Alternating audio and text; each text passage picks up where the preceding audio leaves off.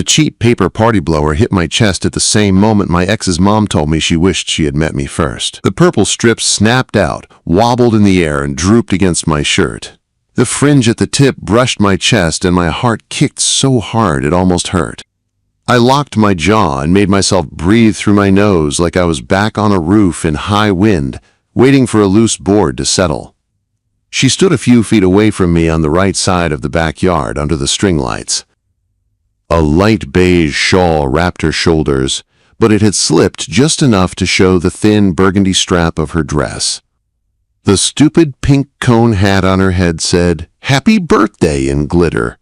It looked like a joke on a woman who had carried a whole life on her back for years. Around us, the party tried to be normal. A long, folding table sagged under paper plates and a striped cake.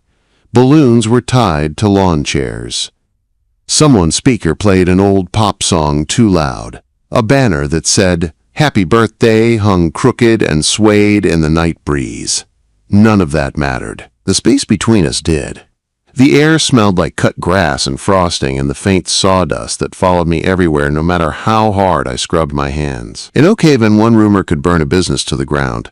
One picture of me standing too close to my ex's mom and I would be the guy nobody hired. "Happy birthday," I said. My voice came out rougher than I meant. She lowered the party blower. Her smile did not vanish. It shifted. Smaller, braver, like she had just stepped off a ledge and decided to trust the landing.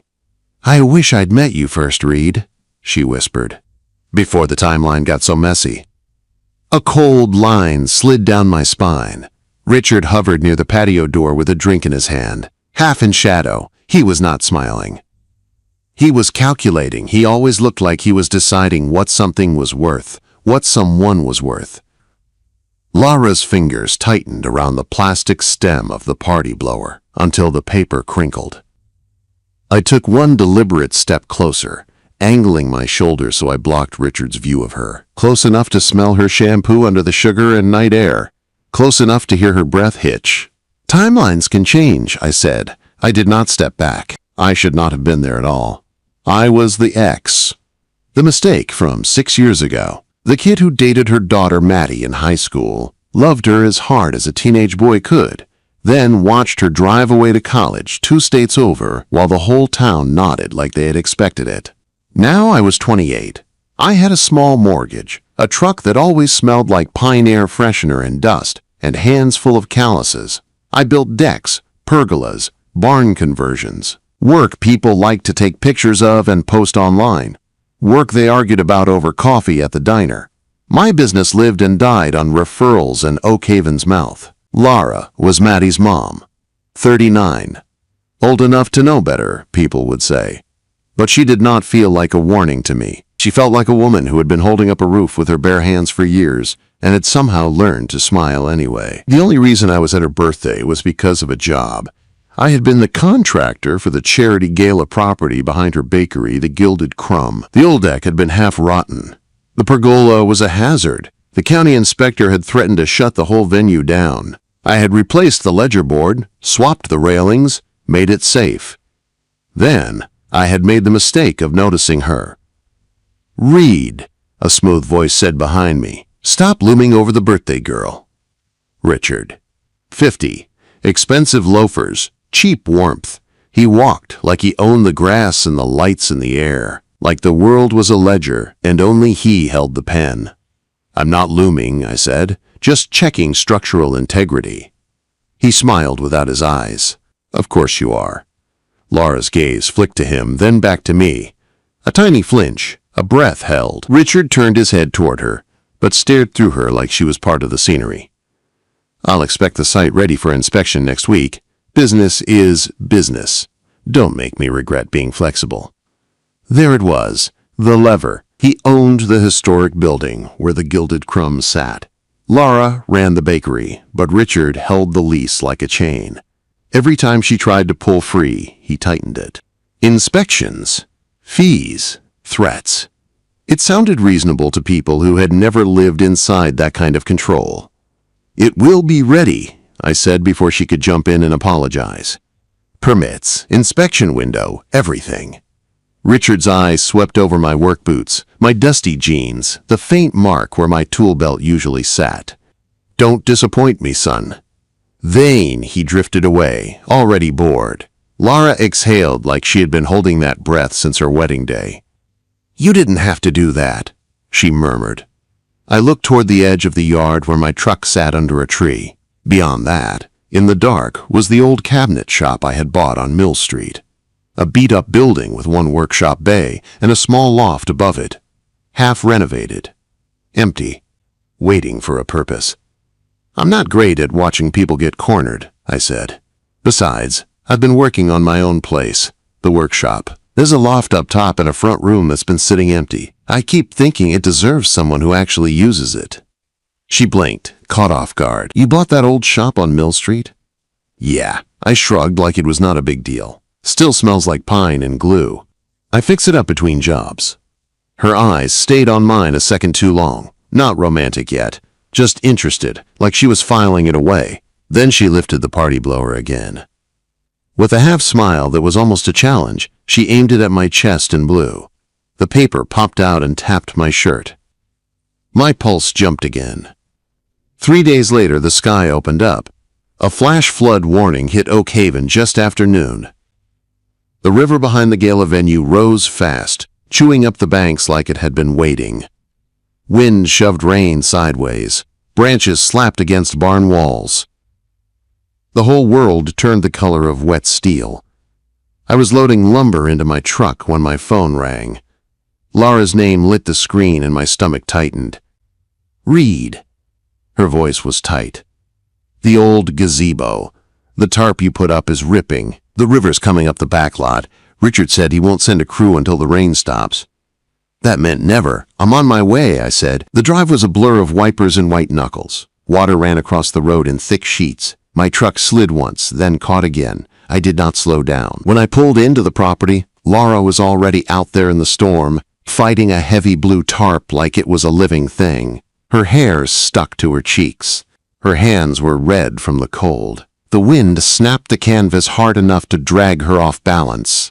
"Lara!" I shouted, jumping out and running through the mud. "Let go!"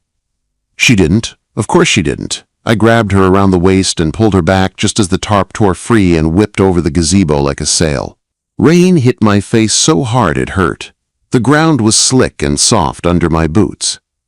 For half a second, she was pressed against me, breath rough, eyes wide. My grip was firm and steady, not possessive. Her hands curled into my jacket. "Don't let me go," she whispered. "Not happening," I said. We moved like we had done this 100 times together. We had not.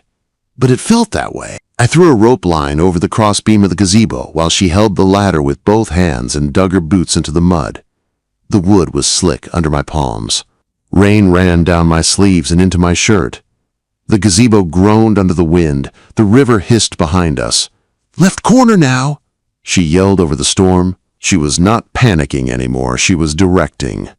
I pulled the tarp back into place, tied fast knots, and shifted my weight until the line held. My shoulders burned. My hands slipped once and the ladder shook.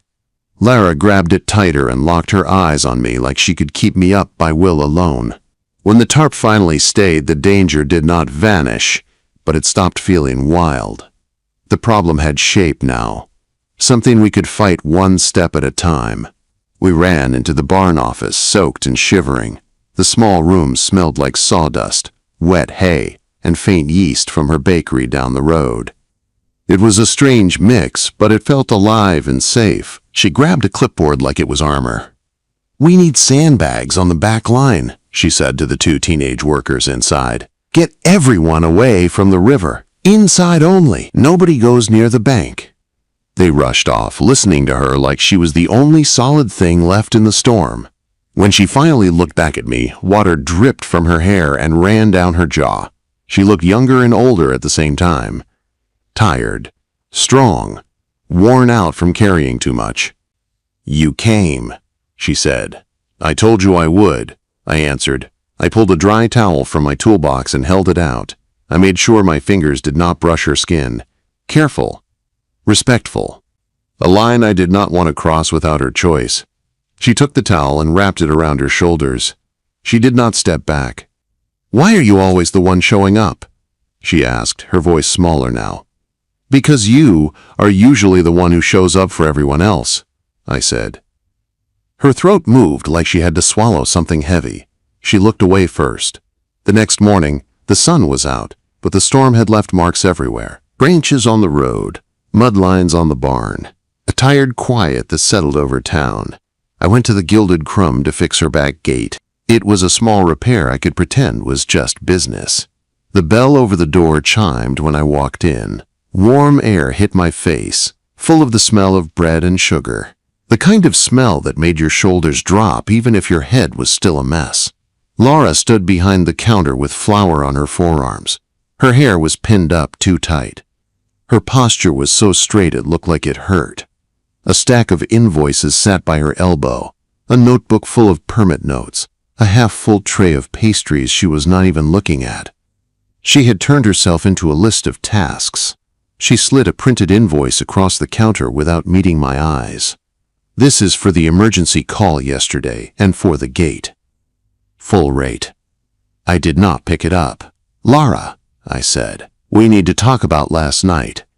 "No, we don't." She finally looked up and the guard was back in her eyes, hard and careful. "Look at this town. They already talk when I breathe wrong. If they see you and me together, if Richard hears one whisper, he can pull the lease. I lose the bakery. I lose everything."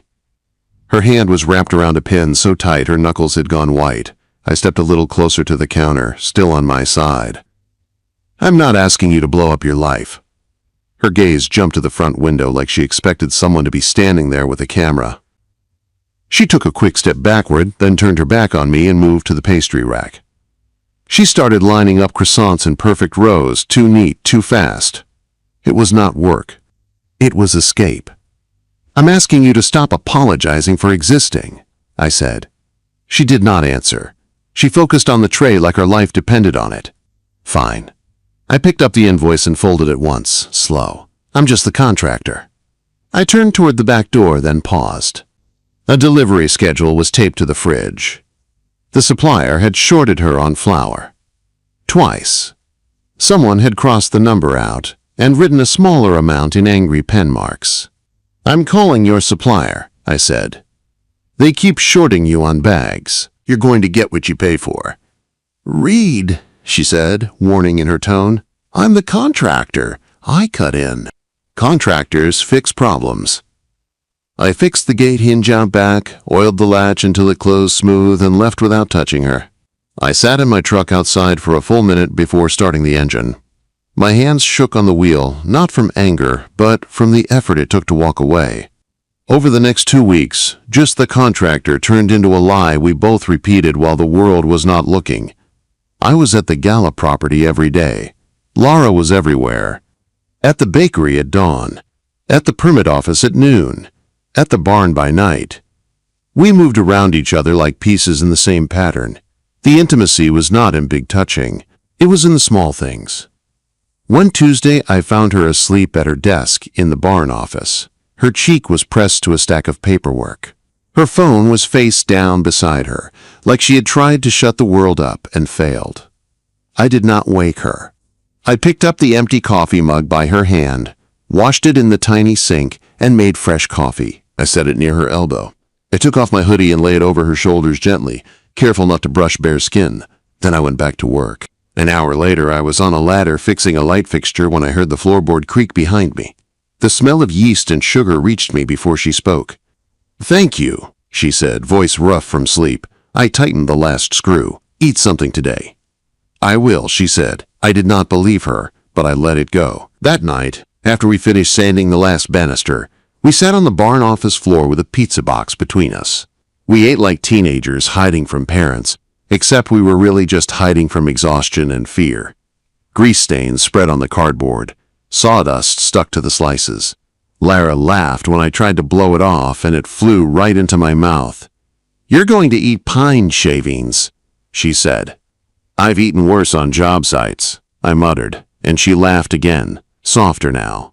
The office lights flickered once, then steadied. The storm from the week before had left the power system touchy. I made a note in my head to check the lines before the gala. Lara wiped sauce from her thumb and looked at me like she wanted to ask something but was afraid of the answer. "What?" I asked. She hesitated, then nodded toward the small window that looked out toward town. "You mentioned your workshop, the one you bought, Mill Street." I swallowed my bite. "Yeah." "What made you buy it?" she asked. I leaned back against the wall, pizza slice dangling in my hand. "It was cheap," I said. "It was solid, and I was tired of paying rent to guys who act like Richard." Her mouth tightened at his name. "There's a loft above the shop," I added, lighter. "I'm framing it out. The front bay is empty too. Clean. Bright. I keep thinking the right person could make something out of it. I just haven't found them yet." Lara looked down at the pizza box. When she spoke, her voice was small. "It sounds peaceful." "It's mostly dust and bad jokes right now," I said, "but it's mine." She nodded once, like she was storing the thought in some private place. The night before the first formal inspection, I should have gone home. Instead, my hands moved on their own. I grabbed my toolbox, my keys, and drove back to the bakery. The front lights were off, but the kitchen glowed warm in the back. The smell of dough was thick in the air. Lara stood at the stainless steel table, rolling dough with her sleeves pushed up, hair loose around her face. She looked up when I stepped in, first startled, then oddly relieved. "You didn't have to come," she said. "I know," I answered. I set the toolbox down. "I came anyway." Silence settled between us, not awkward, heavy. She wiped flour off her hands and tucked a strand of hair behind her ear. The gentle move showed the line of her neck. My hands stayed at my sides. "Lara," I said quietly. "If you want me gone, say it. I'll go." Her eyes held mine. The guard was there, but thinner now, like she was tired of lifting it. "And if I don't?" she asked. I took one slow step closer, close enough to feel the warmth from the ovens, close enough to know I was crossing a line I could not uncross. I stopped there and waited. Her fingers moved first. Lara's hand came up slowly and caught my wrist. It was not a tug. It was a choice, a clear answer. "Don't leave," she whispered. That was enough. I lifted my hand and cupped her jaw, my thumb resting near her cheekbone. My grip was firm enough to ground her, gentle enough that she could pull away if she wanted. She did not pull away. She stepped closer. The first kiss hit like a collision. Her breath was warm against my mouth. She made a soft sound in her throat, like she had been holding everything in for years and it finally slipped out. Her fingers twisted into the front of my shirt and pulled me closer. I kept one hand at her waist, steady, safe. When we finally broke apart, she leaned her forehead against mine. We stood there breathing hard, like we had both run a long race and just crossed the line. I could have stayed like that for hours. A hard knock hit the back door. Lara jerked away, eyes wide. My body went tight out of habit. Another knock, louder this time. "I-A-R-A, County Inspector?" A man's voice called. "Unannounced visit." My heart dropped into my shoes, early, unannounced. Exactly the kind of move Richard loved. Lara's face lost all its color. I squeezed her waist once, a quick, grounding touch. "Stay here," I said. "I'll handle it." The rest of that week was a blur of coffee, sawdust, and stress. The inspector went through every inch of the property. The wiring, the gazebo, the deck, the barn. We passed. Barely. But we passed. Richard did not look happy about it. He did not yell. He just stared at the paperwork with tight lips, like the world had refused to follow his plan. Lara did not collapse. She did what she always did. She stood up straighter. She made lists. She spoke to suppliers, donors, and the county clerk like she had not just almost lost everything. I watched her tell a man twice her size no without raising her voice. But the town of Oak Haven is small, and its walls have ears. On Wednesday, I walked into the diner to grab lunch for my crew. The bell over the door rang like normal, but the air felt different. Heavy.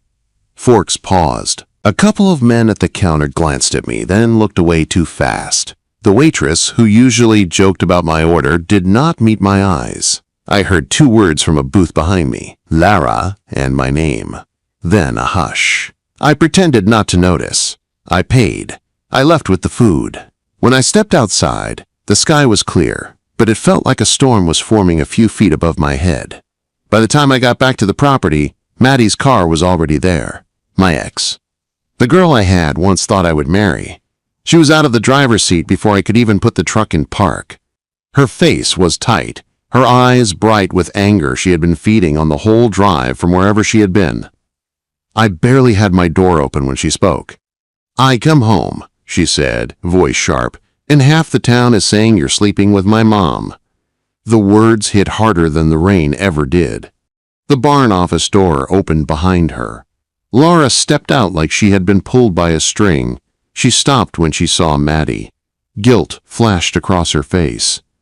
Then fear. Then something like shame. "Maddie," Laura said softly. "Don't," Maddie snapped. "Don't say my name like you're the victim." Her voice was shaking, but her eyes were cold. "How could you?" she threw at her mother. "How could you do this to me?" Laura's shoulders drew in like she was trying to make herself smaller. Her chin dropped. One hand wrapped around her own wrist, thumb rubbing the same spot over and over. Her other hand gripped the door frame until her knuckles turned white. She did not cry. She did not defend herself. She just stood there and took it. Something ugly twisted in my chest. "Maddie," I said, trying to keep my voice level. "This is not a public show." "Oh, it already is," she snapped back. "Dad told me you were hanging around again. He said you were trying to ruin her. He said she stopped for a second, searching for words, then pushed through. "He said she's losing it." Laura flinched at that, like the phrase had teeth. Maddie's eyes jumped between us, waiting to see proof that her father was right, waiting for a lie to look true. Laura's voice came out flat. "Reed, you need to go." Quote. "Laura, please," I said. She still would not look at me. That hurt more than her words. "Finish the job," she said. "But this cannot happen. I cannot do this to her." My throat burned. I swallowed hard. I nodded. One slow, controlled nod. The kind you give when everything inside you wants to explode, but you refuse to let it. "I'll have the deck finished by Friday," I said. "Then I'm gone." Then I turned and walked away before they could see my face break. I worked like a machine after that. Measure, cut, drill, repeat. I kept my head down. I talked to my crew. I did not go near the barn office unless I had to. When I did, I made sure my voice was calm and my hands were steady. Thursday night, my cousin Ty, who was helping with the event, texted me. "Power flickering in the main tent," he wrote. "Richard is screaming at her. She's alone." I stared at the screen in my dark kitchen. My house was quiet. My truck keys sat on the table. I could feel the choice like a weight in my hand. I thought of Lara's fingers on my wrist in the bakery, of her voice when she said don't leave, of her small, tired, "You came," of her standing in front of Maddie, taking blame with her chin down and her shoulders curled. I picked up my keys. I put on my only suit, a charcoal gray one that still smelled faintly like the last wedding I had gone to as a guest, not a worker. I drove to the venue with my jaw tight and my stomach twisted. When I stepped into the main tent, I felt it right away. The lights were pulsing. The sound system buzzed. It was that low, angry sound that told me too much was loaded onto one line. Richard stood near the small stage, his voice raised so that everyone at the nearest tables could hear. He was in his element, full of fake concern and sharp words. "What kind of operation are you running?" he said loudly. "Maybe the county should take another look." Laura stood 2 steps below him. Her jaw was tight, her hands clasped in front of her so hard her fingers were white. Her face was calm, but her eyes were dark with quiet fury. I did not walk toward them right away. I went behind the stage to the breaker panel I had upgraded before. Ty was there, eyes wide. "He told the caterer to plug in 3 extra heat lamps," Ty said, "on the same line after you told him not to." Of course he had. I opened the panel. The load indicator was in the red. I flipped the auxiliary switch and moved the extra load onto the new line I had installed for this exact reason. The buzz stopped, the lights steadied, the tent filled with a warm, even glow again. The donors relaxed a little, not even knowing why. But I knew. And Lara knew when she saw me walk out from behind the stage. I went straight to Richard. "The power is fixed," I said, my voice steady, just loud enough for people near us to hear. "You overloaded the circuit on purpose. You told them to plug 3 extra lamps into a line you were warned about." Several heads turned. A few people stopped mid-conversation. Richard's nostrils flared. "The handyman returns," he said in a fake light tone. "I thought you were fired." "I finished my job," I said. "And I don't work for you." Lara's eyes met mine. For a moment, the tent fell silent in my head. It was just her and me, and the choice hanging between us again. Richard gave a thin laugh. "You're very brave for a boy whose business lives on goodwill." I stepped half a pace closer, enough to block his line of sight to Lara. "Try it," I said calmly, "and explain to your donors why you sabotaged your own charity event to humiliate the woman who built it." A soft murmur moved through the crowd. People shifted in their seats. No one laughed with him. Lara took one step forward. Not behind me. Beside me. "Richard," she said, her voice clear and steady, "you don't get to control me with paperwork anymore. The lease ends in 60 days. I'm not renewing." Richard's smile slipped for the first time. For a second, Richard just stared at her like she had spoken a foreign language. Then his jaw tightened. "Lara, stop being dramatic," he said. "You do not get to throw away my investment because you are upset. Tell her, Maddie. Tell your mother to stop embarrassing herself." He turned, looking for backup. Maddie was standing near the edge of the tent, arms folded tight. Her face was pale. She did not move. She did not speak. She did not look at him. Her eyes were locked on her mom. Something in Richard's expression cracked when he realized she was not on his side.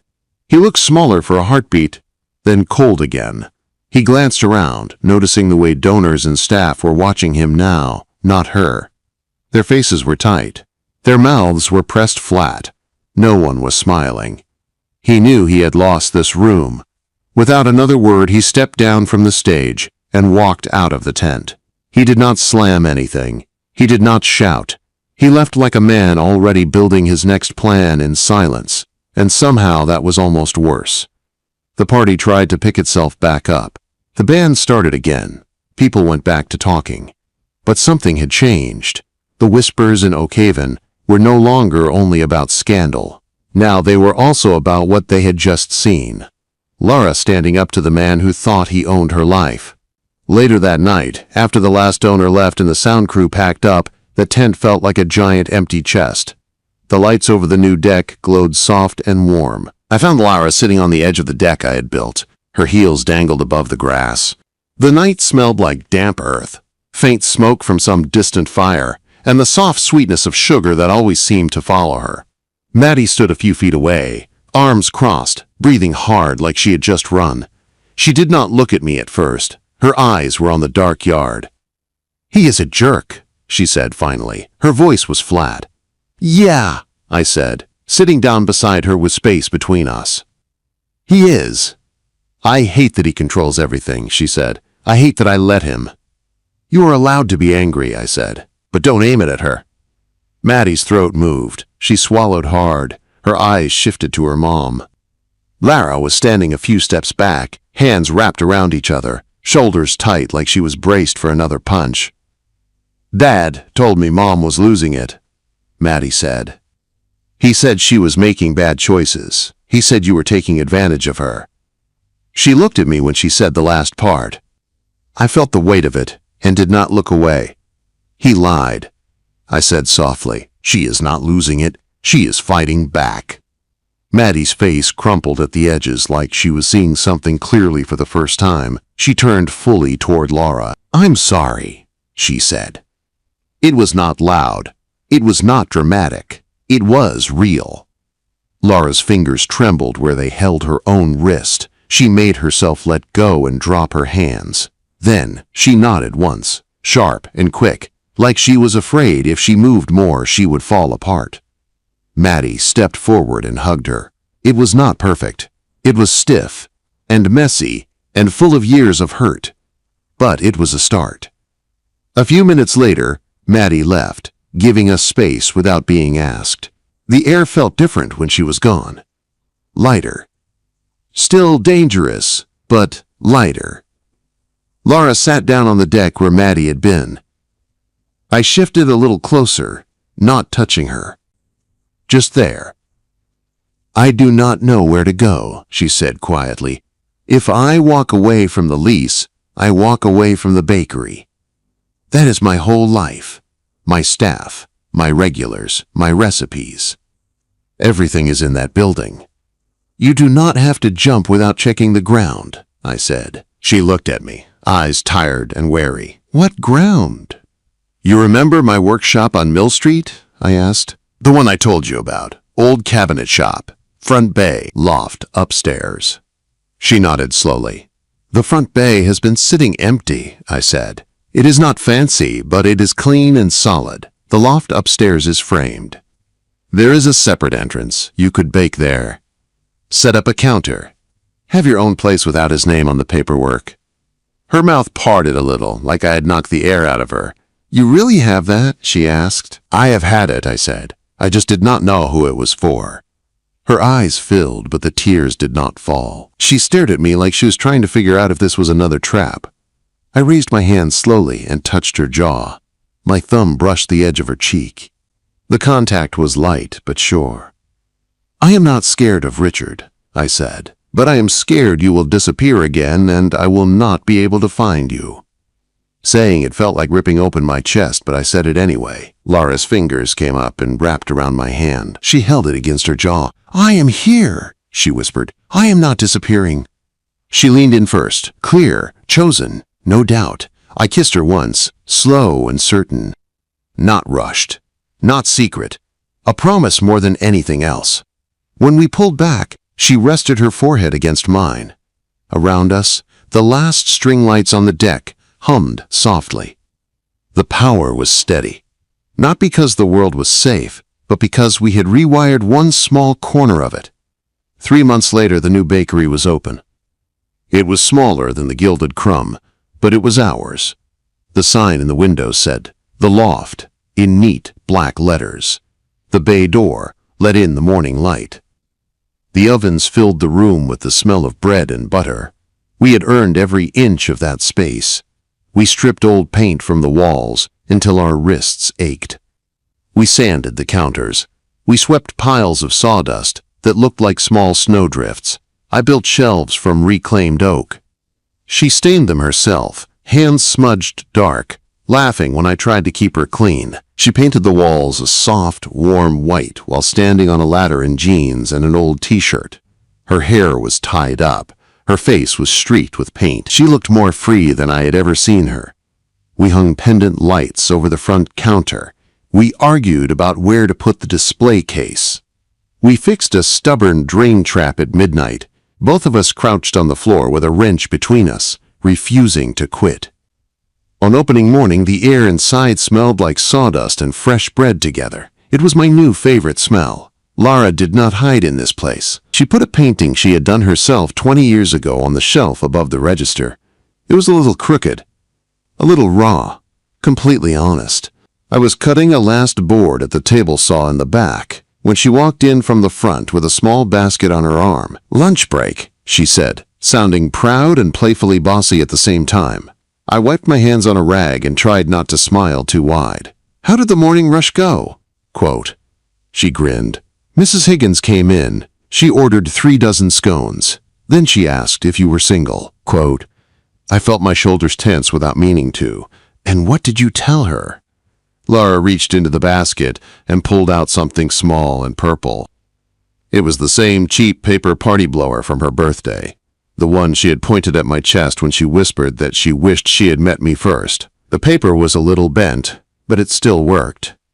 I stared at it, then at her. I told her, Lara said, eyes bright, that the man who built these shelves is taken." Then she lifted the blower to her lips and blew. The purple strip shot out toward me with that same pathetic squeak, wobbling in the air like a ribbon. It tapped my chest and curled back. This time I laughed. A real laugh that came from somewhere deep and surprised. She crossed the space between us, standing in the wide-open bay doorway where anyone walking by on Mill Street could see.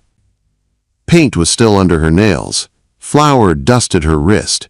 She set the blower down on the workbench, slid her hand up to the back of my neck, and kissed me. Not hidden. Not stolen. Not guilty. Simple. Sure. Ours. Outside, the sign on the window swung a little in the breeze. The loft. Inside, the yeast rose in the proofing box.